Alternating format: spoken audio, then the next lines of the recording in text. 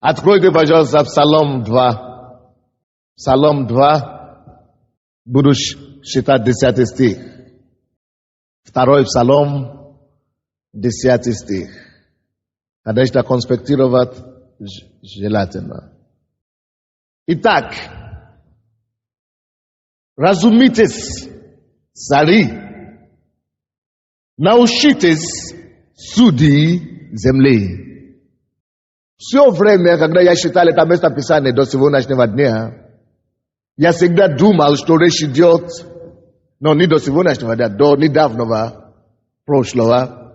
Я всегда думал, что речь идет о цари земных, о неверующих царях и судьях.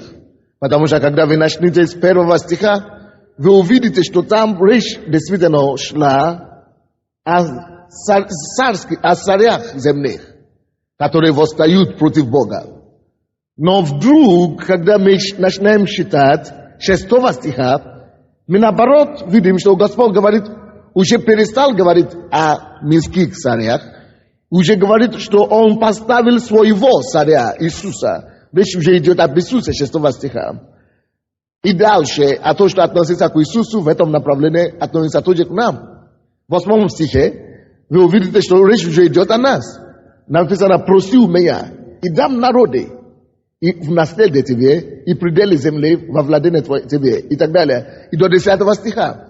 И 10 стих говорит, продолжает говорить, обращаясь к нам до конца этого псалма уже, верующим, представителям Бога здесь на земле, и говорит нам в 10 стихе, итак, разумитесь, цари, научитесь, судьи земли.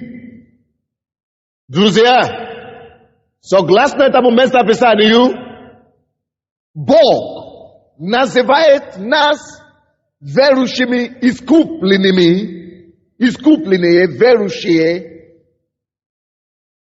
дети Божьи. Тут, в этом 10 стихе, Бог называет нас царями и судьями земли. Это шок для вас, я знаю. Но в этом 2000 году вы привыкнете к этим проповедям. Наша церковь взорвется, и Украина вся с нами. Потому что с этого зала я собираюсь Божьей силой выпускать людей в город, в страну, которые изменят эту страну так или иначе. Отсюда, с этих стульев, выйдут на Украину люди, которые будут не похожи на других людей.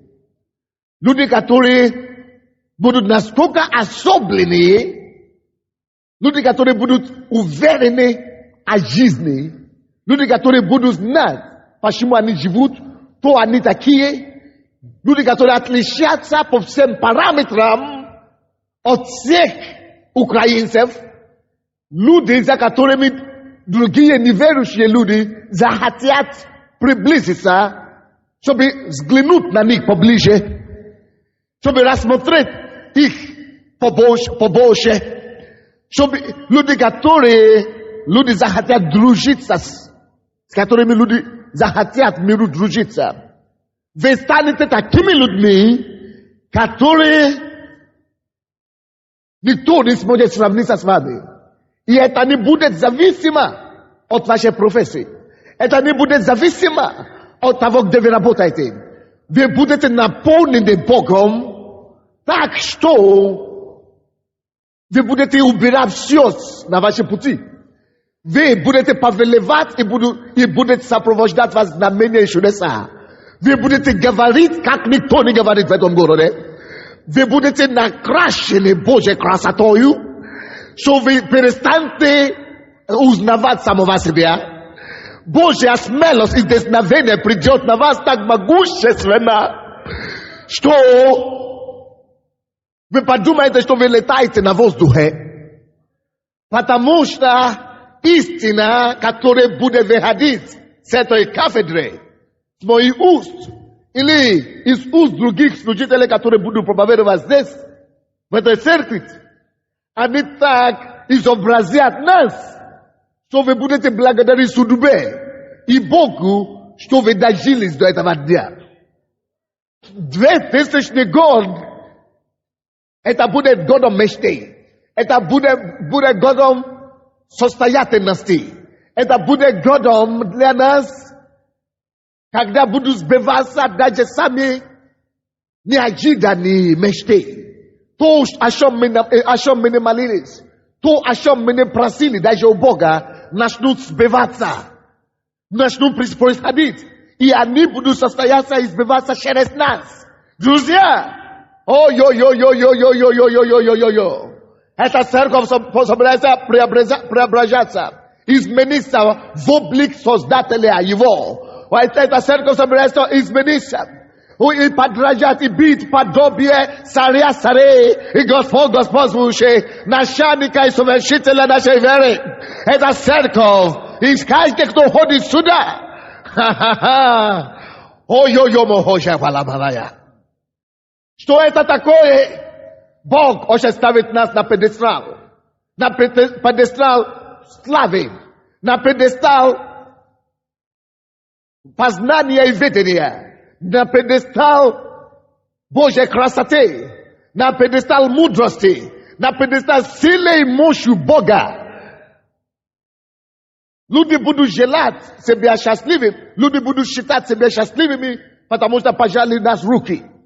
Люди будут себя считать счастливыми, потому что прикоснулся к нам. И потому что они могли прикоснуться к одежде нашей. Или потому что они могут стать с нами в автобусе. Новые дни наступают, друзья. И отсюда слава Божья будет выходить на город. Мы будем носителями этой славы, друзья. Я говорю, мы будем носителями этой славы, друзья. Я говорю, мы будем носителями этой славы, друзья. Готовься наполниться жизнью. Жизнь, которую ты еще никогда не знал. Готовься познакомиться с жизнью в ином качестве. В таком качестве, которое тебе раньше не было знакомо. Готовься наполнить свою сосуду Божьей мощи, Божьей силы. Готовьтесь, друзья, что ангелы будут теперь служить и обслуживать вам.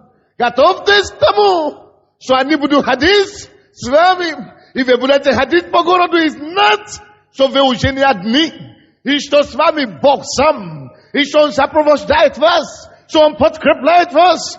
О, друзья! Дни нашей гордости приближаются. Мы будем гордиться, что мы однажды сделали правильное решение и приняли царя царей, Господа Господствующего, своего личного спасителя и искупителя. Мы будем скоро гордиться об этом.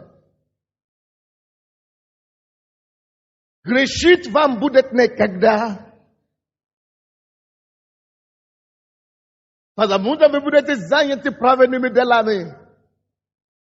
Вот дни, которые грядут, которые я говорю вам несколькими словами, пока я вам это говорю. Ставлю вас в известность. Теперь вам нужно начинать бежать в церковь. Теперь вам нужно начинать бежать в церковь.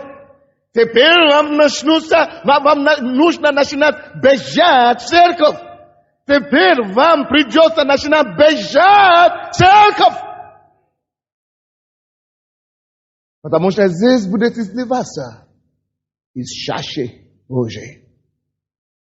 Здесь будет изливаться из чаши Божьей. Здесь будет изливаться чаши Божьей. Мы приступили к такому времени, друзья, что теперь будем обедать. Не будем слушать просто проповеди. А мы будем сидеть за столом самим Богом на каждой проповеди. На каждая проповедь будет такое впечатление, что мы посажены за одним столом с ним. И Духом Святым будем насыщаться. И преображаться от славы в славу, пока его облик не станет видно в нас.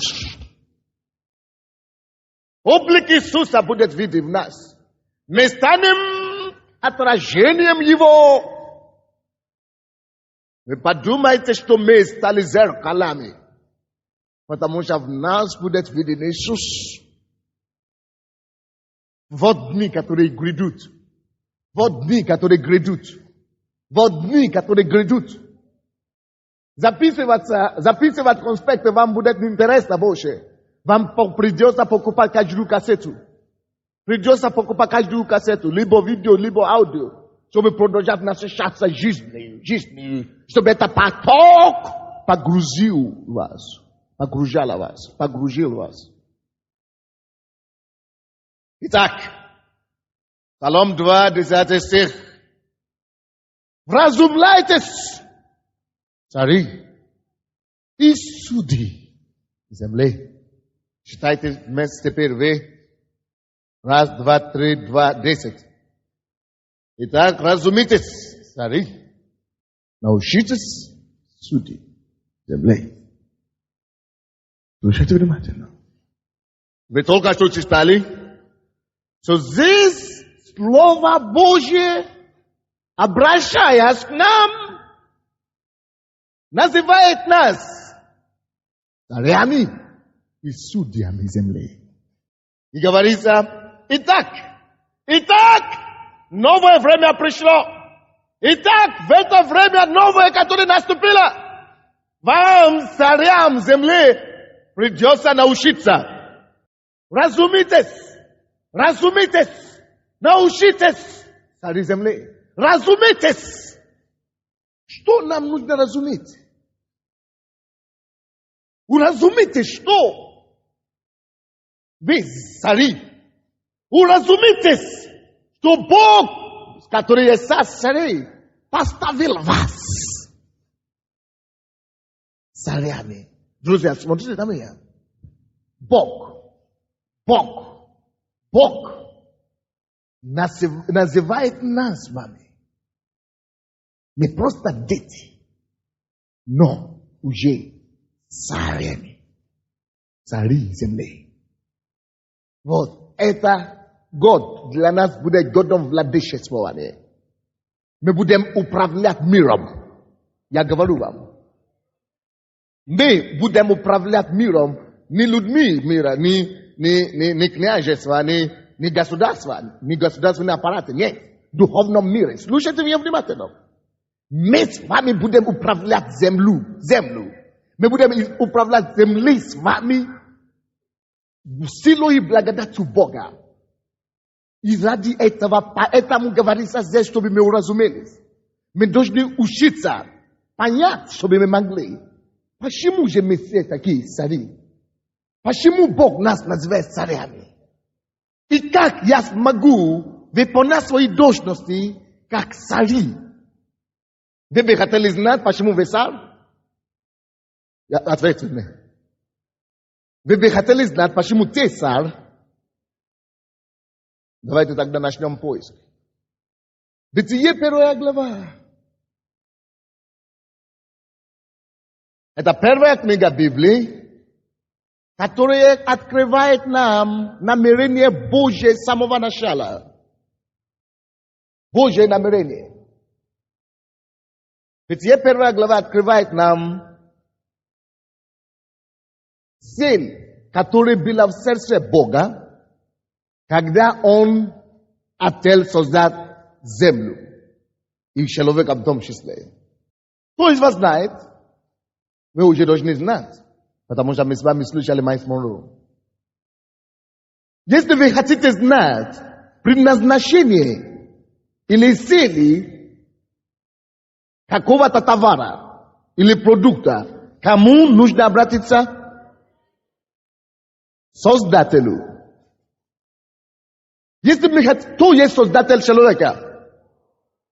Значит, если мы хотим знать, какие мысли были в сердце Бога, когда Он начал создавать человека, мы должны спросить у Него, какого ты поставил человека?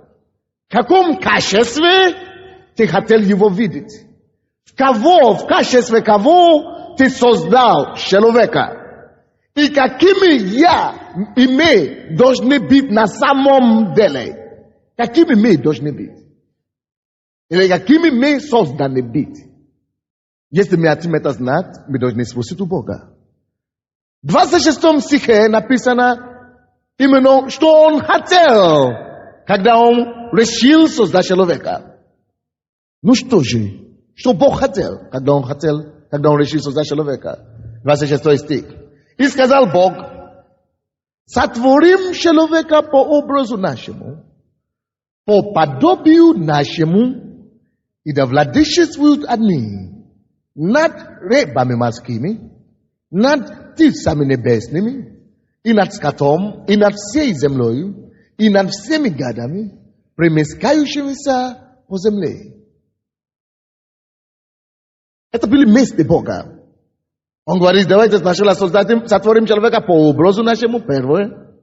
Во-вторых, по подобию нашему, это 2. 3. Чтобы они владычествовали. Скажите мне, пожалуйста, владычествовать, кто владычествует? Цари. Значит, кто имеет право господствовать или владычествовать? Царь. Цари господствуют, нашествуют и царствуют. Только цари. У кого проблема с левое ухо, Господь открывает ваше ухо. Откройтесь эти уши. Во имя Иисуса и правое и левое откройтесь именем Господа Иисуса Христа. Он говорит, смысл Бога и сил Вседержителя. Когда Он хотел создать человека, Он говорит, владычествуйте над всеми моими творениями и над всей землей.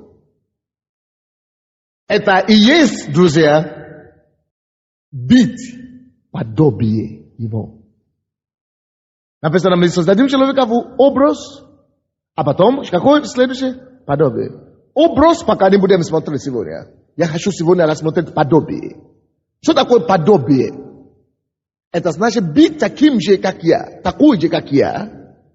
Это значит быть такой же, как я, не по сути. Быть такой же, как я, по сути, называется образ.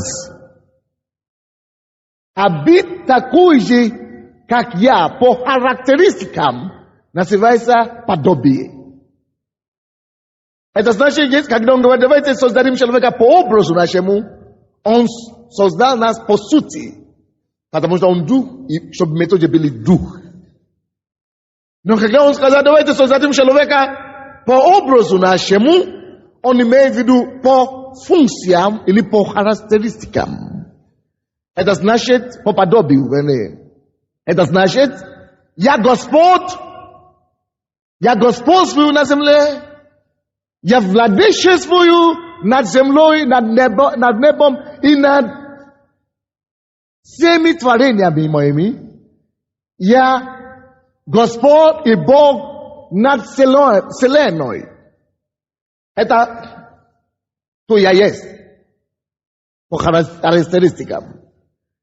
И Он говорит, поэтому я хочу создать вас так же, по моему подобию.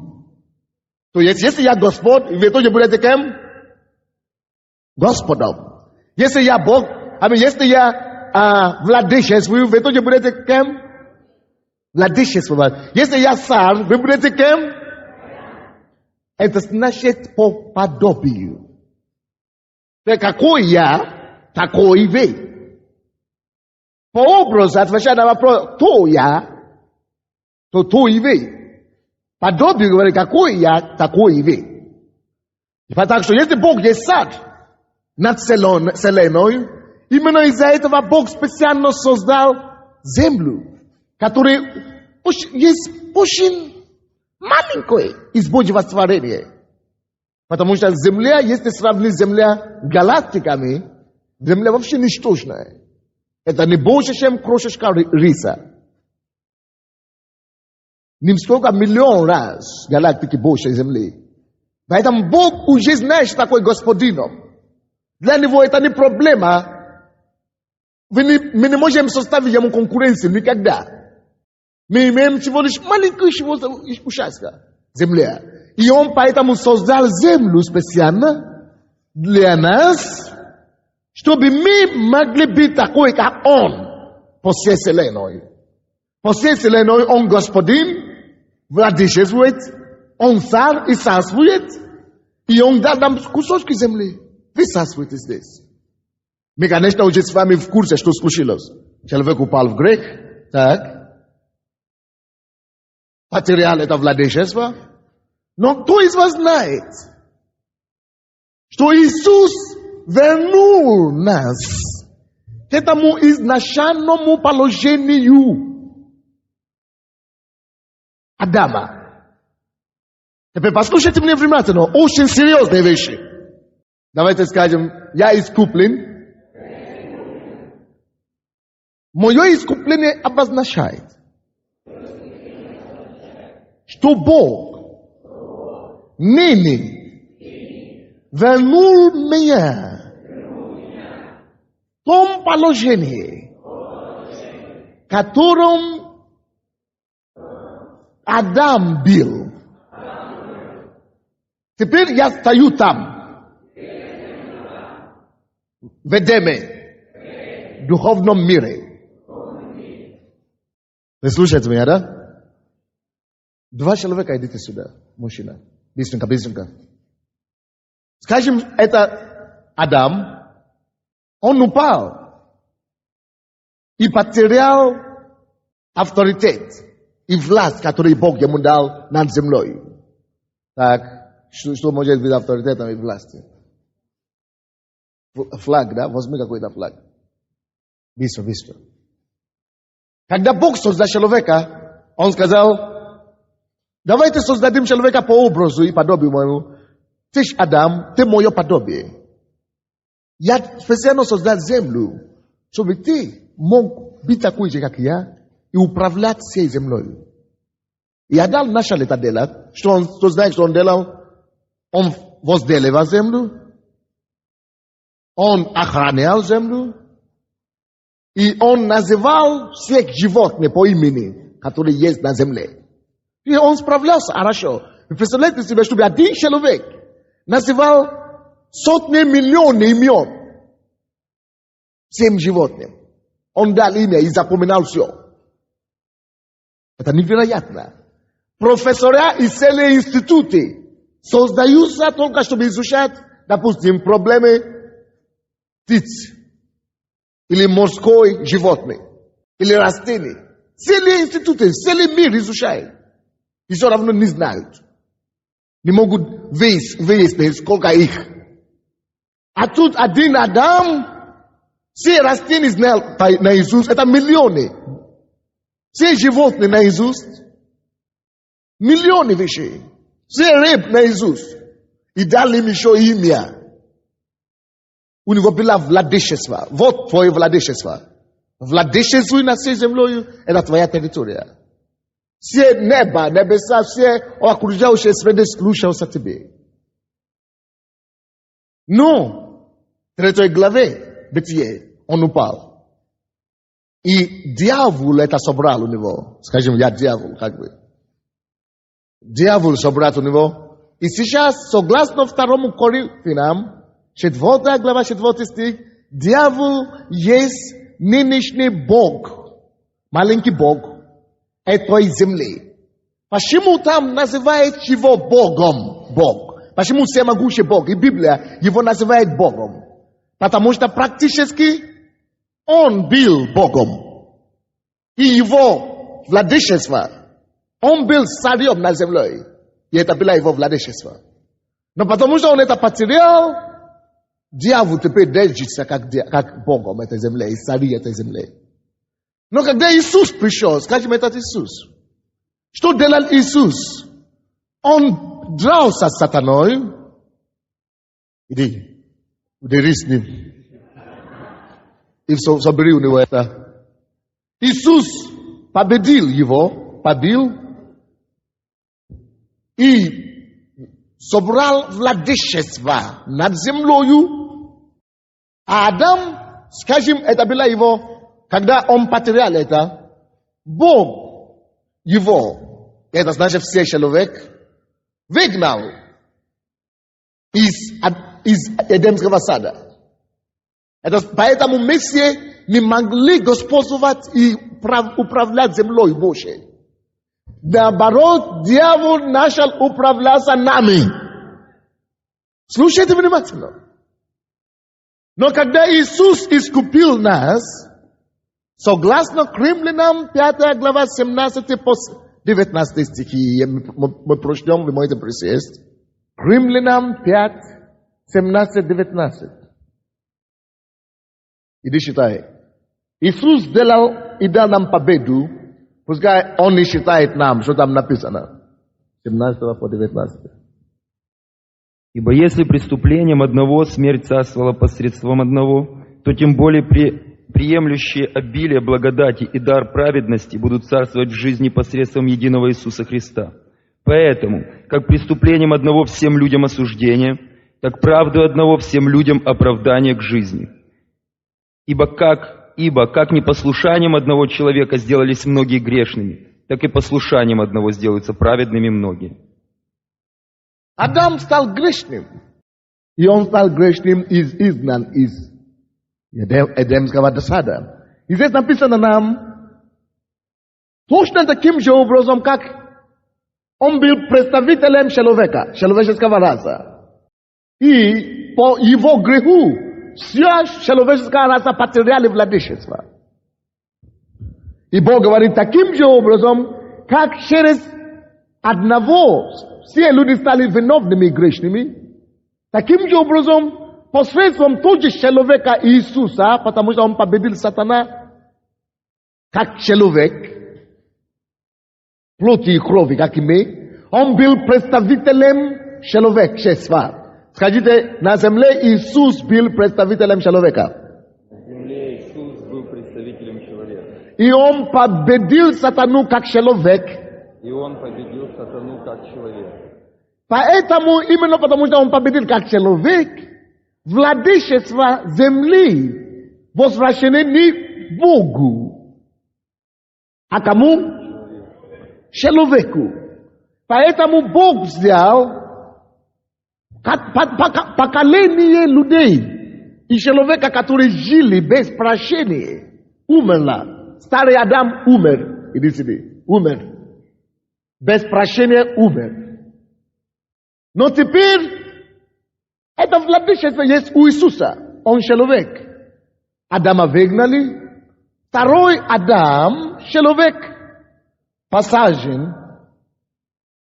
Иисус говорит, да нам не вся власть, Матфея 28-18, да нам не вся власть на земле и на небе. Но эта власть я получил как человек, не для себя.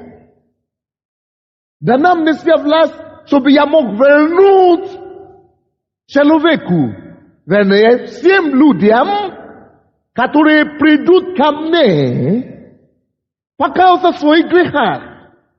Омою их от всех их грехов, и тогда они станут жить во мне, моей жизнью, с моей помощью, и они имеют такое же владычество, как я имел. Или как я имею. Поэтому Иисус, Он говорит, что это владычество над землей мне не нужно. Потому что я буду жить где? На небесах. Поэтому я оставляю вам, моим ученикам, верующим во мне, эту власть, которую я завоевал. Теперь, опять человек, ты восстановлен, это уже не Иисус, скажем, или пускай человек уже пришел, опять, покаялся, возрожденный. Теперь человек, тебе дана власть опять быть образом Бога через покаяние, твой дух возрожден. И быть подобию Бога, чтобы в этой властью ты управлял всей землей. Но мы это не знаем, когда мы покаялись. Мы остановились в том, что наши грехи прощены. Это заблуждение. Поэтому Псалом 2:10 говорит: уразумитесь, разумитесь, цари земли, вы это цари. Я же знал, что вы цари-то. Разумитесь, чтобы это понять. Разумитесь, что владычество мира дано вам. И теперь опять Бытие 1:26. Опять после каждого покаяния, после искупления человека, Бог опять говорит ему: вот задание, которое я дал Адаму. Теперь я даю вам искупленному, второму Адаму. И говорит, и сказал Бог, опять Бог ему говорит: сотворим человека по образу нашему и подобию. Он это сделал через Иисуса теперь. И да владычествуют они над рыбами морскими, над птицами небесными, и над скотом, и над всею землей. И над всею чего? И над всею, и над всеми гадами, премескающимися по земле. Владычествует теперь опять. Мы опять, Иисус спустился, ушел, и человеку возвращено владычество над чем? Теперь послушайте эти слова еще раз в Псалма. Разумитесь, цари земли. Как он говорит? Теперь закройте ваши глаза на минутку. Представьте себя перед Богом, что после, что вы покаялись, вы искуплены, Иисус вас приводит к Богу Отцу. Сейчас представьте это себе. И теперь Бог показывает вам всю землю.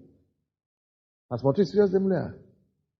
Я не создал эту землю для сатаны. Но, к сожалению, он теперь царь этой земли. Пожалуйста, я тебя прошу, искупленный человек. Иисус уже тебя искупил. Закройте глаза и представьте себе, что я говорю. Некоторые смотрят на меня. Представляйте себе, что я говорю. Он говорит: пожалуйста, я прошу тебя, мне нужны представители там. Иисус уже победил, тебе не надо уже сражаться. Да, я знаю, что у тебя недостатки есть. Я знаю, что ты еще слабый, ты еще грешный. Но власть уже отобрана Иисусом. Теперь я даю тебе эту власть. Смотри всю землю. Посмотри. Смотри страну, в которой ты живешь. Представляйте себе умом, духовными глазами. Теперь ты вместе с другими верующими по всей земле, пожалуйста, владычествуйте над всеми и над всей землей. Пожалуйста. То, что ты скажешь, я сделаю. Твои слова будут закон. Но для того, чтобы ты мог эффективно управлять землей, тебе надо разумение. Разумитесь, цари земли. Вы уже цари. Видь себя так. Пожалуйста, не видь себе больше, как Лариса, как Николай, как Володя, как кто-то другой. Начни видеть себя как царь. Теперь теперь земля твои руки. Не подводи меня, как Адам подвел меня. Закройте глаза, представьте себе, что Бог вам говорит то, что я говорю. Не подводи меня, пожалуйста. Не подводи меня, пожалуйста. Верь моему каждому слову. Не сомневайся во мне. Доверься, что ты станешь, что ты справишься. Разрушай всякие дела дьявола. Притесни его. Изгоняй его. Он будет слушаться тебе. А для того, чтобы ты мог знать, что еще тебе принадлежит, что тебе еще отдано, изучай, пожалуйста, Библию, чтобы разумиться, кто ты есть и какие власти тебе принадлежат. И суди, пожалуйста, землю. Освободи землю опять для меня. Освободи землю опять для меня. Первый Адам не оправдал эту мою надежду. Он не оправдал это мое доверие. Из-за того, что он не поверил в меня. Дьявол пришел к нему и сказал ему: Неужели так говорит Господь? Ты же обыкновенный человек, ты не справишься. И они усомнились и поверили дьяволу. Теперь не усомнись, пожалуйста, ибо сомнение самый большой грех. Из-за того, что они усомнились, что так ли на самом деле есть, как я им сказал, они потеряли рай. Я их выгнал, и дьявол начал царить над ними. Теперь, чтобы дьявол не царился над тобою, не сомневайся во мне. Возьми авторитет, возьми державу и управляй землей. Откройте глаза. Вы представляете себе, что я говорил? Всегда видите себе так, что земля все дана нам, и мы ходим над этой землей, чтобы владычествовать над нею, чтобы разрушить всякое дело дьявола, и чтобы утверждать Царство Божие, праведность, мир, радость, все, что написано в Библии, на этой территории. И приносить это Царство Божие каждому человеку, с кем мы сталкиваемся. Убирать болезни, убирать дьявола, убирать бесов и ходить с уверенностью. Самый большой грех – это сомнение. Это не поверить в это. Это из-за сомнения первый человек упал. Не упади из-за сомнения. Поэтому написано, разумитесь, цари земли. Вы цари, пожалуйста, поверьте в это. Несмотря кем ты работаешь, несмотря какую зарплату ты получаешь, веди себя как царь земли. Но заметьте себя, пожалуйста, что в этом Бытие 1:26, там написано над скотами, над промискающимися, над рыбами, над это самым всеми. Но там, вы заметите, что не написано над людьми. Поэтому мы не контролируем людей. И мы не есть земные цари. Мы царствуем в духовном мире. Поэтому, когда Иисуса, они увидели, что Иисус упражнялся как власть имеющий, как царь. Вы знаете, когда они увидели, как Иисус жил, им захотелось сделать него царя земным. Но он говорит, нет, мое царство не с этого мира. Я духовный царь. И он отказывался. Мы не цари земли физически. Мы имеем лучшие власти. Теперь послушайте. Смотрите на меня. Поэтому кто есть Иисус? Иисус, вся его жизнь, все его учения всего лишь был первенцем, примером для нас. Как нам нужно жить как цари и судьи, и как нам нужно вести себя. Наши функции все заложены в Иисусе, в Его словах и в Его действиях. Его уверенность, вот так, как мы должны тоже иметь уверенность. Он уверенный, он шагал без проблем, вот как он ожидает, чтобы мы тоже выступали и поступали. Он молился Отцу, чтобы подражать Отца. Вот почему мы тоже должны молиться, общаться с Ним, с Богом, с Иисусом, чтобы подражать им. Друзья, не опускайтесь ниже этого сегодняшнего дня. Не опускайтесь ниже, я прошу вас. Владычество в ваших руках. Я царь земли. Поэтому Бога называем царем царей. Откровение 1:5-6. Царь царей, это не значит, что царь над всеми царями государственными. Нет. Имеется в виду царь над царями, над его, над нами. Царь царями, над царь. Когда он говорит, что я Бог богов, он имеет в виду, что я Бог вот этих богов. Я господин этих господин. Я Господь этих господин. Спасибо. Вы уже видели Римлянам 5, 17, 19, что мы кто? Искупленные. Теперь Откровение, пожалуйста, 1 глава, 5-6 стихи. И от Иисуса Христа, который есть свидетель верный. Первенец из мертвых. И владыка царей земли. Это значит царь царей земли. Владыка царей земли. И когда речь идет о царе земли, здесь речь не идет о неверующих царях. Зачем ему? Он не владыка над ними, он наш Господь. Он не есть их Господь, они вообще его не признают.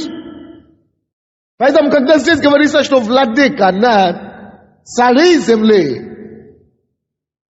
владыка царей земли, имеется в виду мы. Алло! Давайте начнем видеть себя, как Бог нас видит. Поднимите руки и скажите: Господь, помоги мне видеть себя так. Уразумитесь, цари земли. Уразумитесь, цари земли. Почему я? Я ваш пример, потому что я пастор ваш. Почему я мог делать то, что я делал сегодня? Потому что мне открыто что-то. Если я могу, вы можете. И вы будете, потому что вы ходите в эту церковь. Так или иначе, вы станете такими. И вы принесете освобождение не только Украины, но всей земли. Это наше призвание. Это наша судьба. 5 стих дальше. Владыка царей земных, ему, возлюбившему нас. Видите кого? Нас! Это мы, цари земли. Пастор София, пастор Василий, пастор Ольга, пастор Галя, другие присутствующие. Вы понимаете мои крики моей души или нет? Вы понимаете мое переживание или нет? Вы видите то, что я вижу или нет? Измени твое мнение о самом себе. Начни видеть себя, как Бог тебя видит. Возлюбившего нас и омывшего нас от грехов наших кровью своих. Кровью своей. Омытие крови Иисуса нас, прощение грехов, это не просто, чтобы мы получили прощение, шли к чему. Смотрите сюда. Прощение грехов нам. Это возвращение наше изначальное положение. Это возвращение в Эдем. Это возвращение в Эдем. Это возвращение... Всякий раз, когда ты благодаришь Господа за свое спасение, всякий раз, когда ты вспоминаешь о том, что ты был грешником, и Он простил тебя, это тоже обозначает, что Он тебя ввел обратно в первоначальное положение человека. И ты теперь сам владыка над этой землей, владычество над всей землей. И я прошу всех вас, если у тебя нет денег, лучше не кушать на этой неделе и купить эту кассету. И слушать, пока она не станет плотью и кровью для тебя. Видео или аудио, вам надо купить всем эту кассету. И слушать, пока это не станет плотью и кровью для вас. Потому что вы думаете, что вы понимаете меня теперь, но вы еще ничего вообще не поняли. Но да, идиот, вы должны это понять. Только верующие, которые это поймут, в 21 веке выживут. Только такие верующие будут давать тон. Только такие верующие будут править этим миром, который мы идем. Остальные, когда Бог будет потрясать землю, не удержатся, они рушатся, они погибнут, они просто упадут. Но только эти, которые уразумятся, кто они есть, как цари земли, будут давать моды. 6 стих. И заделавшему нас. Сестра София, кем? Заделавшего нас. Царями. Кем он заделал нас? Нас это кто? Кто туда входит? Если вы туда входите, скажите «Я». Кого он тогда сделал царем? Кого? Над кем? Над чем? Над всей землею. Закройте себе глаза, представьте себе это. А там, где Екклесиаст, 10 глава, 4 стих, по-моему, или говорит, что там, где слово царя, там власть. Там, где слово царя, там власть. По-моему, 9 глава. Екклесиаст, 4 стих. Проверьте. Или 3 стих, или 4 стих. Там, где слово царя, там власть. 8:4, да. Екклесиаст 8:4. Там, где слово царя, это значит там, где слово кого? Моих. Там, где чьи слова? Где мое слово, там власть. Вот почему я молюсь и уверен, что эта болезнь должна уйти. Вот почему я молюсь и постанавливаю, и уверен, что этот человек спасется рано или поздно. Вот почему я говорю, и знаю, что это сбудется, как я это говорю. Потому что там, где слово царя, там власть. Уразумитесь, цари земли. Разумитесь, друзья, братья и сестры. Поймите то, что я говорю. Видите то, что я вижу. И в этот 2000 год вы взорветесь. И вся Украина с нами. И весь мир с нами. Потому что мы станем ходящими царями и богами на земле этой. И заделавшим у нас царями. Все. Делано. И священниками Богу и Отцу своему. Слава и держава веки веков. Иисус соделал нас на этой земле царями и священниками. Почему священники? Чтобы представить интерес людей Богу. И чтобы представить Слово Божие людям. Быть посредником между людьми. И вот почему священники. Вместо того, чтобы вы плакали, чтобы вам плакаться, у меня голова болит, нога болит, муж пьет или ребенок колется. Вместо чтобы этими делами заниматься, Бог говорит, разумитесь, кто вы есть, цари земли. Если ты займешься этим делом, чтобы разумляться, чтобы изучать Слово Божье. Вот мою книгу рекламировали сегодня. Жизнь в Царстве Божьем. Если эта книга дойдет до вас, вы будете изучать его и другие мои проповеди. Вы поймите, что эти все проблемы, голова болит, нога болит, ребенок пьет, или муж пьет, или жена колется, или ребенок колется. Это все станут мелочами жизни. Потому что вы сами сможете сами порешать эти проблемы без проблем, и других детей еще спасете.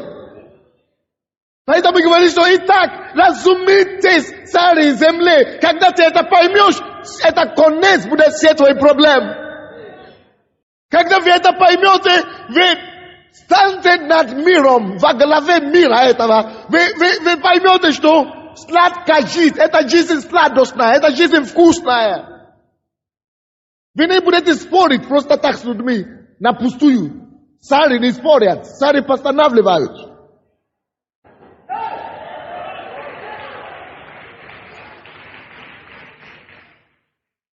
Евангелие от Луки, 22, 29, 28 стихи. Евангелие от Луки, 22. Откройте и посмотрите внимательно. 28, 29 стихи. Вы нашли? Но вы прибили со мною на пастях мои. Слушайте сюда. Но вы пробили с кем? Это, о чем мы говорим, принадлежит только тем людям, которые пришли к Иисусу. Которые уже пробили с Иисусом. Которые живут с Иисусом. Которые проходят с Иисусом. Даже если надо будет страдания, мучения, но они с Ним. Мы же с Ним. Мы же уже приняли, что жизнь или смерть Иисус только наш Бог. Через мучения разные, через оскорбление, злословие мы проходим, мы с Ним. Правильно? Что же Он говорит нам, которые с Ним? 29 стих. И я завещаю вам, как завещал мне Отец мой, царство. Что завещает нам Иисус? что завещает нам Иисус.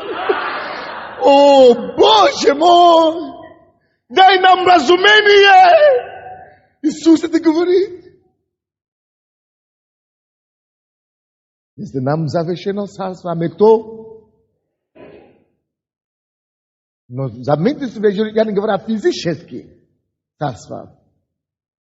Это царство Божье здесь мы цари, представляя царство Божье на этой земле, на этой землей.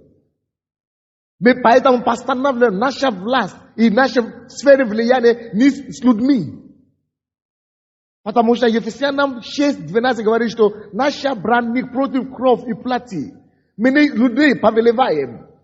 Мы без которые над ними повелеваем. Мы имеем дело, наша власть духовная, в духовном мире, но над всей землей. Когда мы говорим, и люди слушаются, хотя мы им не говорим. Когда говорим, и бесы слушаются. Когда мы говорим, и все. И ветер слушает наш приказ. Вот почему Иисус мог говорить ветру утих. Потому что он знает, что он царь. И он говорит с положения царя. Поэтому он говорит, что я вверяю вам это же царство. Делайте то же самое, что я делаю. Вот почему он говорит, что дела, которые я творю, и вы делайте то же самое. Потому что как мы поймем, то мы есть в нем. Начни смотреть на эту землю, как твое владение. Братья и сестры, начните смотреть на всю землю, как наше владение. И мы должны эту всю землю покорить Царству Божьему, нашему Отцу, и служить этим Ему. Потому что Он царь царей. Вы просто повелеваете, вы просто говорите, но не усомнитесь, говоря, что если кто-то что-то делает, и будет делать это сомнение, это уже грех ему на душу. Лучше наглеть в духе, быть наглым, чем сомневаться. Вам нельзя сомневаться. Потому что вы и так и есть. Если вы сомневаетесь в том, что вы цари, значит, вы вообще сомневаетесь, что вы искуплены, что ваши грехи прощены. Мы же не сомневаемся в этом. Это то же самое, что я не могу уже сомневаться теперь, что я возвращен в Эдем. В Эдем. Я сам на земле, поэтому я уже не могу больше сомневаться. Вот почему я говорю, что вам надо слушать проповеди. Слушать. Сотни раз. Поэтому именно говорится, что уразумитесь, цари земли, научитесь судьи земли. Мы должны учить это дело, мы должны учиться. Ефесянам 2:6. Откройте, посмотрите. Ефесянам 2:6. Давайте с 5 стиха, вернее, с 5 стиха. Ефесянам 2, 5 и 6 стихи. И нас, вы нашли? И нас, мертвых по преступлениям. Это кому это относится? К нам. Мы все были мертвы в преступлениях и грехах. Мы все были грешниками, правильно? И нас, мертвых по преступлениям, оживотворил. Скажите, Бог меня оживотворил. Но посмотрите, что дальше. С кем? Со Христом оживотворил. Благодатью вы что? Знаете, во время, когда Иисус оживотворил меня от грехов, от преступлений, я был спасен. 6 стих дальше. 6 стих. И воскресил нас с Ним и посадил нас на небесах во Христе Иисусе. Как это так? Я живу здесь, в Киеве, а там говорится, что я посажен на небесах во Христе Иисусе. Я же тут хожу на земле, здесь живу же. Кто слушает меня? Вы понимаете, что я говорю? Как это понять? Смотрите сюда. Что это обозначает? Что я здесь, я не знаю, что я здесь реально. А почему это написано? Нас, Мертвый по преступлениям оживил,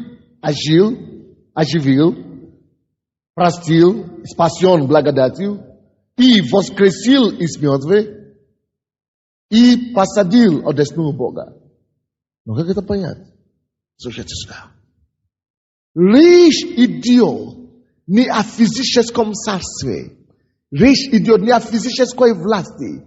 Речь идет о посадил нас одесную Бога. Одесная — это правая сторона трона Божьей. Правая сторона трона Божьей. Со Христом Иисусом, во Христе Иисусе, внутри Иисуса Христа. Алло, это имеется в виду место, откуда мы упражняем и воспользуемся властью на земле. Хорошо, допустим, ГАИ находится где? По дорогам. Их власть стоят и останавливают. Они останавливают все машины или нет? Там вместе с этим ГАИ есть ли власть держава с ним там? Физически. Но физически нет у него никакой силы, он никакой мощный. Но все машины повинуются ему. Почему? Потому что за ним стоит власть. Он, его имя, записано в штабе. И все держава украинское, президентское кресло, министерство МВД стоит за ним. Хотя президента там нету с ним. Министра внутренних дел там нету с ним. Он сам. Потому что пока он одет в этой форме, он представляет всю державу. Он представляет власти. Слушайте, то же самое с нами. Слушайте внимательно. Мы здесь ходим на земле, но власть, которую мы употребляем и пользуемся, мы посажены в одесную Бога. Все наша власть, все наши слова подтверждаются и берут власть, силу именно с одесного Бога. Точно как гаишник может пользоваться властью президента, державы, МВД на улице, хотя МВД в каком-то здании, там министр, Бог знает, где он сидит, или президент, где он сидит. Но этот гаишник пользуется их властью. Именно таким же образом мы посажены одесную Бога во Христе Иисусе. И все, что мы говорим оттуда, от одесного Бога, из трона Божьей, это такое же впечатление, что мы оттуда говорим. И где слово царя, там будет власть. Где наше слово, там будет власть неба подкреплять его. Вы понимаете, что я говорю, нет? Или сложновато? Скажи кому-то, ты власть имеющий. Скажи ему, веди себя подобающим.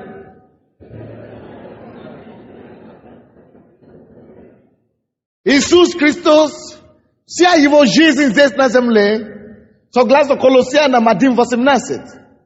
Колоссянам 1:18, Иисус упражнялся этой властью. Он здесь был на земле, но творит такие чудеса, потому что он знал, что он был внутри Бога, там на небе. Поэтому он мог говорить, я в Боге и Бог во мне. Он представлял себя там, стоящие, и делали эти все чудеса. Поэтому вы тоже, когда вы будете молиться за людей, вы будете что-то делать, представьте себе, что вы сидите одесную Бога, оттуда вы издаете закон и волю Божьей творится здесь на земле. Колоссянам 1:18. И Он, Иисус Христос, есть глава церкви. Он есть наша глава. Он начаток. Моей Библии, это начаток, это значит начало. То, что он начал, то продолжает. И он есть глава тела церкви. Он начаток. То, что он начал, мы продолжаем. Скажите то, что Иисус начал делать в Библии, я сегодня продолжаю. Вот почему, когда вы носите это самое елеи и платок, чудеса происходит. Только ваши глаза не открыты, вы это не знаете. Это потому что Бог видит, что вы его представители, продолжатели его дела. Это потому что Бог видит, что вы сидите одесную него там, на небе. Вот почему человек здесь, брат, смотрит телевизор. Он видит НТВ, российское телевидение, что показывал там женщину, что она умрет от саркомы. Они просят там деньги, чтобы делать операцию. Они говорят, не делайте никакую операцию. Я по телефону, он позвонил. Я есть ваш освободитель. Я спасу вас.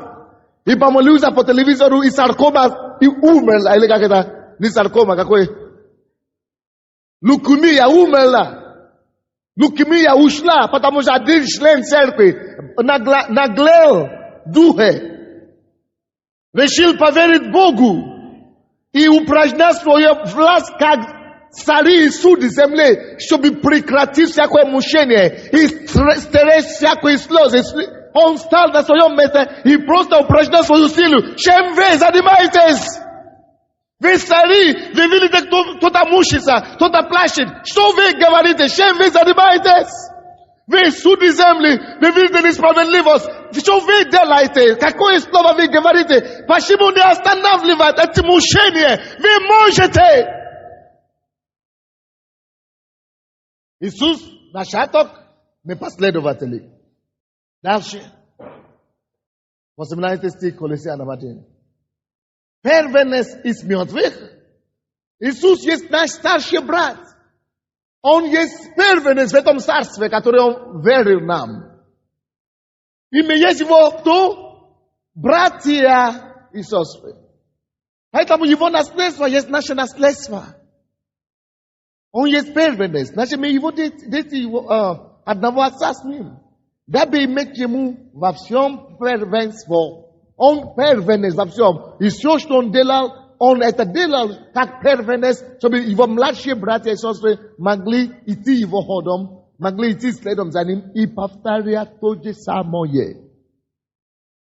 Поэтому, когда мы видим, что Иисус молится, несмотря на то, что Он ребята, Он Бог, все равно Он молится, всю ночь молится с Богом. Он проводит время с Богом, потому что наш источник силы, подпитка нашей силы идет от правой стороны Бога, одесную Бога. Поэтому Иисус не мог делать без этой молитвы. Иисус не мог делать, не проводить, не поститься, не молиться. Потому что Он знает, что Его власть, с чем Он будет правлять и управить этой землей, одесную Бога. Поэтому мы тоже должны то же самое. Все, что Иисус делал, мы должны делать. И поэтому мы можем эффективно управлять землей. Скажите еще раз, я царь земли. Я судья земли. Это тема моей проповеди сегодня. Ты суд и судья земли. Аминь. Ты царь и судья земли. Судья земли. Ты царь и судья. Вот почему Иисус Христос мог войти в храм. Евангелие от Луки 4:18. И заявить всем: Дух Господа Бога на мне, ибо Он помазал меня благовествовать нищим. А если Он есть первенец, мы есть Его младшие братья, Он есть наш аток, мы есть последователи, значит, мы тоже должны говорить то же самое и делать то же самое. Ибо Дух Господа Бога на нас тоже, как и на Него. Он же сказал от Луки 22, который мы читали, 29, что я вам веряю царство. Теперь вы правьте, теперь вы нашествуйте. Ибо Дух Господа Бога на мне, Он помазал меня благовествовать нищим и нас также. Между прочим, когда Бог меня, мне было 19 лет всего лишь, когда Бог явился мне, и чтобы призвал меня быть проповедником Евангелия, Он меня повел к этому местописанию. Ибо Дух Господа Бога на мне. И помазал меня. Это про Иисуса речь идет. Я слушаю, нет, это про тебя. Я тогда не понял. Теперь я понимаю, почему именно это местописание. Бог мне сам это дал. Причем Он мне дал это Исайя 61 глава. Я никогда там не видел. Он это мне провел, тебя я открыл. Ветки заве, как у Иисуса. Иисус уже открыл, ветки заве, и читал. Дух Господа Бога на мне. Я царь земли. И что входит в мою функцию? Евангелие от Луки 4:18. Он там говорит, чтобы проповедовать нищим Евангелие, чтобы открыть темницы, чтобы исцелять сокрушенные сердца, открывать темницы для заключенных, и чтобы возвращать тем, которые в тьме, освобождение, открыть двери темницы. Проповедовал это Господне. Исцелять сокрушенные сердца. Слепых прозрение проповедовал. Вот наши функции. Мы призваны проповедовать людям. Мы призваны нищих духовно обогащать. Мы призваны больных людей исцелять. Мы призваны слепым открыть глаза. Мы призваны темницы открывать для тех, которые в узе какие-то. Темницы. Вот почему, вот наше царство. Вот как цари мы приносим справедливость, праведность Божью, спасение Божие ко всем людям, чтобы они освободились от узы сатаны, от греха, от узы греха, от узы болезни, от мучения, от несправедливости. Мы цари земли, чтобы приносить им путем слова уст наших избавления. Вы со мной, друзья? Притчи, 8 глава. Поэтому, пока вы открываете притчи, написано 1 Иоанна 8, 1 послание Иоанна 3 глава 8 стих, что Иисус Христос явился, чтобы разрушить грех и все дела дьявола. Мы тоже, если он есть начаток, мы есть продолжитель его дела. Это значит, мы должны разрушить грех везде. Мы не призваны быть грешниками, нет. Мы уже освобождены от греха, не чтобы опять служить греху. Мы освободились от греха, чтобы освобождать потом грешников от греха. И одновременно разрушать все дела дьявола. Скажи кому-то, ты призвал разрушить грех и все дела дьявола. Аминь. Потому что ты царь земли. Притчи 8 глава. 14 по 16 стихи. Притчи 8, 14, 16 стихи. И здесь. Разумейтесь, цари земли, научитесь судей. Почему нам надо учиться? Почему нам надо разумиться? Потому что если мы не будем изучать, как Бог это делает, мы не будем изучать, как Иисус это делает, тогда мы не сможем поступать правильно, мы не сможем знать наши обязанности, наши функции, наши власти, которые даны нам. Даже Иисус сам учился. Евангелие от Иоанна 5:19. Он говорит, что я ничего не делаю сам. Все, что я делаю, это то, что я увидел у Отца. Делающего, это то, что я делаю. То, что Отец делает, то и делаю. Мы тоже должны учиться у Иисуса теперь.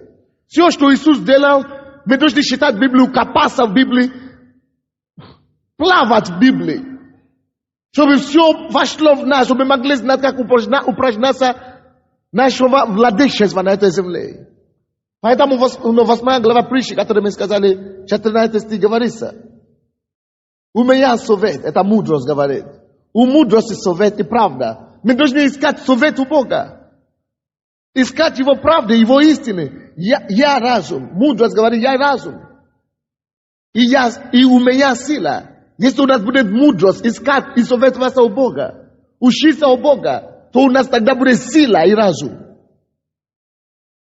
15 стих. Мною цари царствуют. Речь не идет о мирских царей только. Царях, можно это применять, но речь идет о нас прежде всего. Мудростью. Именно что такое мудрость? Познанием, искать знания. Туда-сюда искать знания. Подражать Бога, искать Его знания, вот это есть мудрость. Мною, мудростью, цари царствуют. А кто царь? Кто-то говорит, мы. Я. Как я могу эффективно царствовать на земле? Как я могу эффективно управлять и делать то, что Бог мне сказал делать? Научитесь. Это есть мудрость. Потому что мудрость мною, когда я учусь, когда я глотаю все, когда я познаю Бога, Иисуса Христа, тогда я могу знать, как мне теперь владычествовать, царствовать на земле. Мною цари царствуют, и повелители узаконяют правду. Мы повелители мира. Мы цари, мы должны искать познание в Иисусе. И его этим познанием, мудростью, мы будем знать, как нам править и царить. 16 стих. Мною начальствуют начальники, и вельможи, и все судьи земли. Вы поняли? Притчи 16:12. 16:12. Мерзость для царей дело беззаконное, потому что правдою утверждается престол. Вот почему мы не грешим, потому что мы цари, это неподобающие поступки. Это мерзость для нас грех. Грех это мерзость. Начни смотреть на грех как мерзость сегодняшнего дня. Тогда ты освободишься от греха. Потому что если царь запачкается, ему будет тяжело издать правду. Это то, что нам говорится. Мерзость для царей, дело беззакония. Мы это не делаем. Мы наоборот освобождаем людей от этих беззакония. Потому что правдою утверждается престол. Наш престол с вами будет утверждаться больше, потому как мы будем жить правдой Божьей. Жить правдой, жить, тем больше мы будем жить святую жизнь, тем больше власть наша будет работать. Утверждаться наш престол, наш авторитет в Боге будет расширяться. Наш авторитет в Боге, наша власть будет иметь больше границы. Но мы должны начинать с живота, как цари земли. Если мы это не делаем, если вы это не делаете, вы не ходите как цари земли, вы огорчаете Бога. Остановите боли, остановите мучение, остановляйте беззаконие, остановите грех силою слова твоего и силою должности, которые Бог положил, положение, которое Он поставил вас. Цари земли. Цари земли. Он царь, тем больше мы будем поклоняться Ему, мы будем ходить с Ним, учиться у Него, тем больше мы будем уподобляться на Него, как царь. Тем больше мы научимся управлять, потому что Он царь вообще на всей вселенной. Мы должны у Него учиться, как быть царем здесь. Поэтому Иисус учился, Евангелие от Иоанна 5:19. Поэтому Он и учился у Отца. Он все постоянно учился. Написано, что мы судьи земли. Исайя 6 глава, 26. Откройте. Исайя 6, 26 и 27 стихи. Исайя 1. Исайя 1. Исайя 1 глава, 26, 27.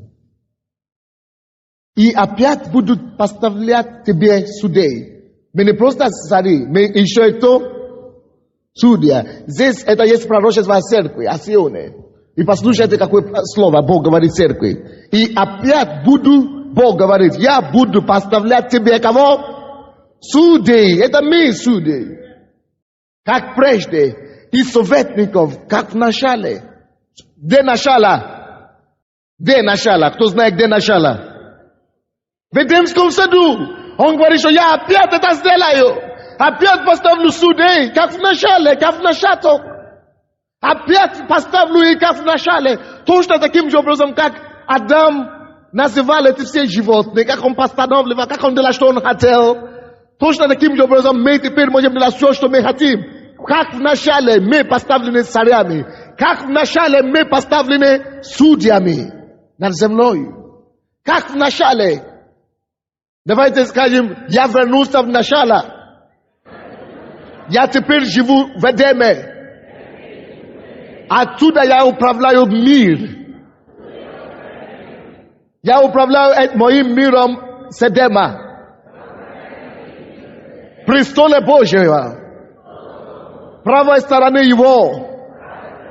Деснице Его силы. Поэтому где мои слова, там власть. Аминь. Как в начале, тогда будут говорить о тебе, город правды. Почему будут говорить о церкви, город правды? Потому что оттуда мы утверждаем правду Божию. Столица верная. Почему? Потому что мы верны Богу. Мы будем верны Ему. Он говорит, что это делает утверждать Царство Божие. Мы утверждаем Царство Божие. Мы верим, в отличие от Адама первого, который не верил Богу, который сомневался в Боге. Он не был верным. В отличие от Адама, нас будут знать как верны. Столица верная церковь превратится. Мы будем верны в том, что мы поверим, что мы есть цари, и будем постанавливать и нашествовать. Мы будем верны в том, что мы будем, как цари, ходить по земле и постанавливать и разрушать беззаконие и всякое дело дьявола, и постанавливать правду Божью по всей земле. Мы будем творить чудеса и знамениями силой Бога. Это наше царство, это то, что Бог дал нам. Это вот такое доверие, братья и сестры. Поэтому я сказал, что в этой церкви, все члены церкви, если вы будете ходить в церковь, слушать проповеди, вам будет жалко уходить в церковь, или уйти даже в перерыв, или уйти в туалет. Потому что будет насколько такие истины будут изливаться здесь. Мы будем посажены с Богом за одним столом. И сам Бог будет кормить нас словами жизни. Потому что суть моей славы – это жизнь и дух. Это дух животворит.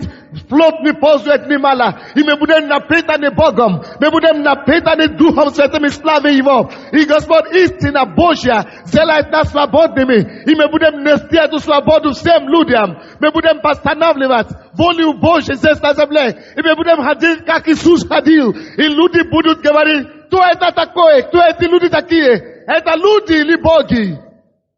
Евангелие от Иоанна 10:34. Откройте, пожалуйста. О, я рад. Небо пускается на землю, и оно не пройдет мимо нас. Наша церковь будет посередине Божьего движения.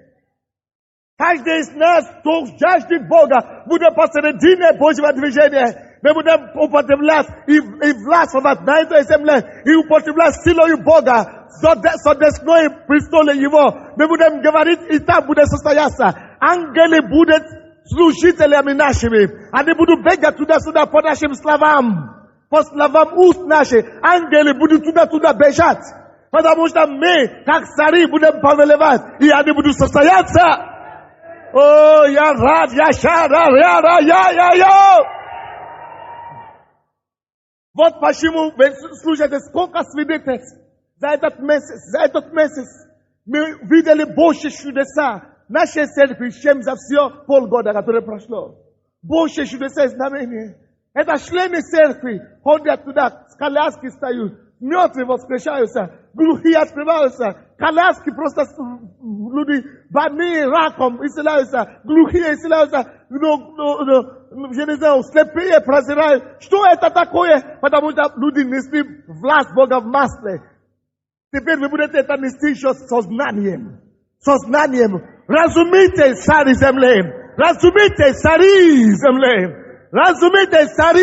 земли. Вот почему Бог делает эти чудеса. Евангелие от Иоанна 10. 34. Иисус сказал им, не написано ли в законе вашем? Я сказал, вы боги. Не боги, как всемогущий Бог. Нет, мы Его дети. Дети все вечные, они боги. Маленькие боги. Почему маленькие? Потому что на этой земле мы боги, а Он Бог всех богов. Поэтому, когда речь идет о том, что Он Бог всех богов, речь не идет о каких-то языческих богов. Нету таких языческих богов, это ерунда. Как это Бог может быть Богом над дьяволом? Нет. Он Бог над нами, над богами. Видите себя как Бог этой земли, хозяин этой земли. Царь этой земли. Скажите Господу, Бог, открой мои глаза, открой мои духовные глаза, Господи. Дай мне увидеть, дай мне понять. Иисус сам это очень говорит в Новом Завете. Теперь слушайте сюда. Почему нам надо уразумиться? Почему нам надо учиться? Смотри. 35 стих. Если Бог назвал богами тех, кому было Слово Божие, и не может нарушиться Писание, видите? Pisanie nie może naruszyć. Согласно 35 стиху, кого он назвал богами? Да, но согласно 35 стиху, кого он назвал? Тем, кому было Слово Божие. Слушайте сюда. Теперь слушайте на меня, смотрите сюда. Что это обозначает? Тем, кому пришло Слово Божие. Слушайте сюда внимательно. Это обозначает, вот почему написано Иоанна, а мы вернее, Псалом, который мы начали, 2:10. То разумейтесь. А как мы разумеемся? А как мы разумеемся? Через Слово. Смотрите сюда. Почему именно тем, кому пришло Слово Божие, он назвал богами над этой землей? Потому что, когда мы познаем истину, истина сделает нас свободными, но не только нас свободными, и это истина, которая становится частью нашей жизни, это истина, которая уже дошло до нас, эта истина становится частью нас, и она вооружает нас, чтобы быть Богом над этой ситуацией. Допустим, если ты получишь откровение Слова Божьего о том, что ты можешь быть исцелен, вот это слово, которое ты получил, оно вооружает тебя и делает тебя Богом над этой болезнью. Поэтому эта болезнь уже должна уйти, потому что ты уже знаешь, что уйди отсюда, ты уже Бог, ты уже можешь поставить как сам.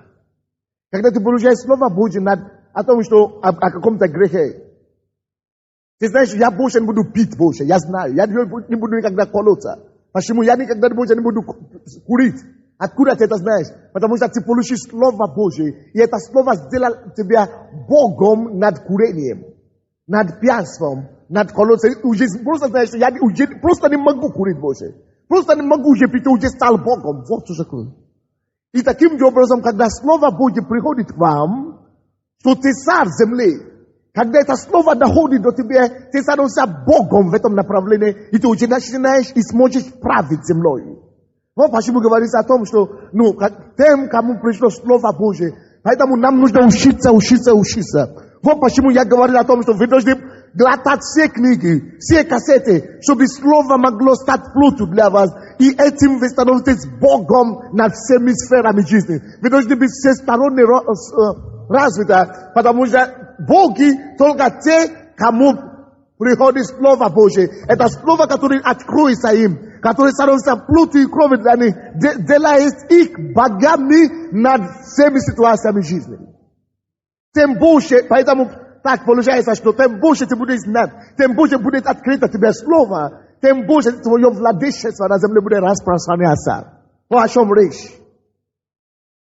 Вот почему я говорю, что покупайте всех моих, вот, у меня проповеди. Столько уже прочитано здесь. Каждый год, наверное, 500 штук, 200 штук кассет. Проповеди разные. Но это так дешево, чтобы каждый месяц купить все кассеты, это стоит всего лишь 25 или гривны. Все кассеты купить. Проповеди. Все в четверг, воскресенье, по 3 гривны. Скажем, 29 или 25 гривны. Все. На месяц. Сделайте бюджет аудиокассеты. А кто может Божье купить видео, пускай покупает видео, пускай откровение Божье приходит к вам. Потому что как только что слово приходит к вам, это слово делает вас богами полностью со всеми правами и властями. Мы есть боги на этой земле. Бог поставил нас царями. Разумейтесь, цари земли. Разумейтесь. Что значит разумейтесь? Примите знание, примите откровение. Разумейтесь, чтобы знать, как вам править. Разумейтесь, чтобы вам знать, кто вы есть в Боге. Разумейтесь, чтобы учиться у Иисуса, как Он этим был. У Бога, как Он правит. Разумейтесь, чтобы знать, как вам расширять ваши пределы святости и праведности. Давайте закроем наши глаза еще раз. И представьте себе все, что я буду говорить. Адам первый согрешил. Представьте себе это, то, что я говорю духовными глазами. Адам первый загрешил. Бог ему дал владычество над всей землей. Компатериал это владычество. Поэтому дьявол начал иметь такую власть, как мы сейчас видим. Это сработало, эта власть сработала для дьявола. Сработала для Адама до какой-то степени, пока он не потерял. Это всегда срабатывает для всех, кому он дает. Через искупление, это власть, которая работала в Иисусе тоже, теперь передана нам. Управляй землей, говорит Господь. Владычествуй над этой землей, говорит Господь. Оружие твоего владычества — это слово твоих уст. Точно как Бог говорит, да будет. Так ты будешь говорить, да будет. Потому что Бог действует только по вере. Он верит сердцем, и он говорит уста, и состоится то, что он говорит. Точно таким же образом, как подобие его, ты должен верить в сердце и говорить, так будет. Твое общение с ним нужно, чтобы подкреплять твою власть. И твоя цель не чтобы наслаждать тебе лично авторитет или славу, но чтобы наслаждать Царство Божие на земле. Чтобы Господство Иисуса наслаждать на земле. Но нам дано владычество. Написано, владычествуй, Бытие 1:26, владычествуй над всей землей. Будем ли мы верен? Будешь ли ты верен? Адам не был верен, поэтому он стал порабощением сатаны. Будешь ли ты поверить Богу, что ты царь, владычествуй над всей землей, чтобы принести славу Божию? Верою ты это делаешь, потому что ты веришь Господу, весь мир слушается тебе. Иисус сказал, я вверяю вам царство. Вы, которые были со мной, я вам вверяю царство. Ваша власть из одесного Бога посадил нас одесную себя во Христе Иисусе. Представьте себе сейчас, что Бог ложит вам на руку, голову, дает вам поручение, будь царем земли. И давайте будем молиться все, каждый. Закройте свои глаза, будем молиться. Преклоните вашу голову и поговорить с Богом. Посвяти себя Господу. Скажи, Господь, все, я встану, буду все равно попробовать, буду все равно действовать. Я не подведу тебя. Не буду как первый Адам. Я буду верить тебя. Дьявол будет приходить тоже к тебе. Братья и сестры, дьявол тоже придут к вам и скажет, подлинно ли сказать Бог? Ты какой царь? Какой ты царь? Ты такой, какой-то, какой, такой, такой, сякой, такой. Дьявол подойдет, но не подавайся дьяволу. Ты возвращен в Эдем. Если дьявол не может отнять от тебя прощение твоих грехов, а мытье кровь Иисуса, он не отнимет от тебя, что ты царь. Он подойдет, как Адам, как Еву искушал, и тебе искушал. Они усомнились в Боге, что подлинно ли Бог сказал, поэтому потеряли все. Ты верою оправдайся, верою ты спасен. Пускай сомнение не отберет у тебя твою власть. Царствуй. Реши довериться Богу. И ты увидишь великие дела, как они будут совершаться через тебя на этой земле. Оставайтесь сидя, молитесь, продолжайте. Конце я буду молиться за всех нас, чтобы мы уразумели, как цари, и чтобы мы научились, как судьи. Преклоните вашу голову. До того я попрошу всех, которые первый раз здесь, в нашей церкви, поднимите, пожалуйста, ваши руки, если вы первый раз. Преклоните вашу голову, остальные все, продолжайте молиться. Вы, которые первый раз, поднимите ваши руки, машите мне рукой сюда. Ради вас видеть, ради вас видеть, ради вас видеть, ради вас видеть, ради вас видеть. С этой стороны где? Поднимите еще раз ваши руки. Да, ради вас видеть. Я хочу помолиться за всех вас. Вы, которые первый раз, пожалуйста, потихонечку встаньте в свои места, возьмите свои вещи, свои Библии и пройдите сюда вперед, только бегом, чтобы не опоздать. А кто опоздал, тот не успел, кто опоздал. Бегом сюда, пожалуйста, на первый ряд. Ко мне сюда. Все, которые первый раз, раз, два, три, бегом. Мы ждем вас. Остальные, преклоните вашу голову. Давайте будем просить. Господь, открой мне глаза. Помоги мне видеть. Помоги мне понять. Церковь, мы молимся. Помоги мне понять, Господь. Я прошу Тебя. Дай мне осознание Твоей власти. Церковь, мы продолжаем молиться. Уразумитесь, цари земли. Разумитесь. Проси у Бога разумение. Возьми книги, возьми кассеты, возьми все, глотай, чтобы получить разумение. И научиться, как быть царем, как быть судьей земли. Теперь я буду молиться за вас. Отец, во имя Иисуса, я стою на эту должность, которую Ты мне дал, и молюсь за моих собратьев. Господь, надень на них одежды Твоей славы. Надень на каждого владыческий Господь венок, чтобы с сегодняшнего дня они ходили как власть имеющие.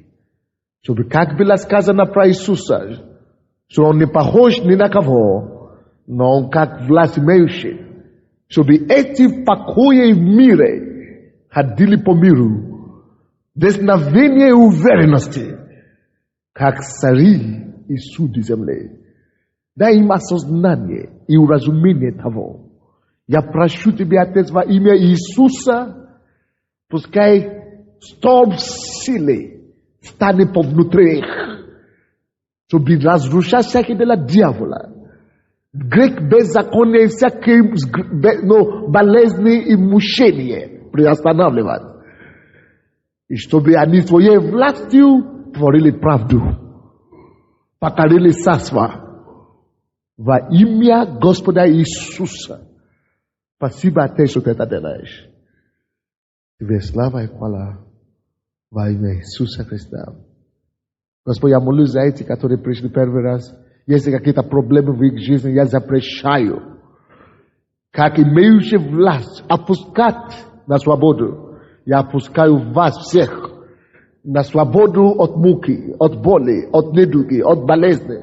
Отпускаю вас на свободу от всякой слезы и скорби. Во имя Иисуса будьте свободными. Пускай распадаются всякие оковы, державшие вас до ныне. Именем Иисуса, дьявол, я запрещаю тебя, разрушаю твою власть над ними. Опусти их, чтобы они служили Господу в правде и истине. И явили силу Его во имя Иисуса Христа. Аминь.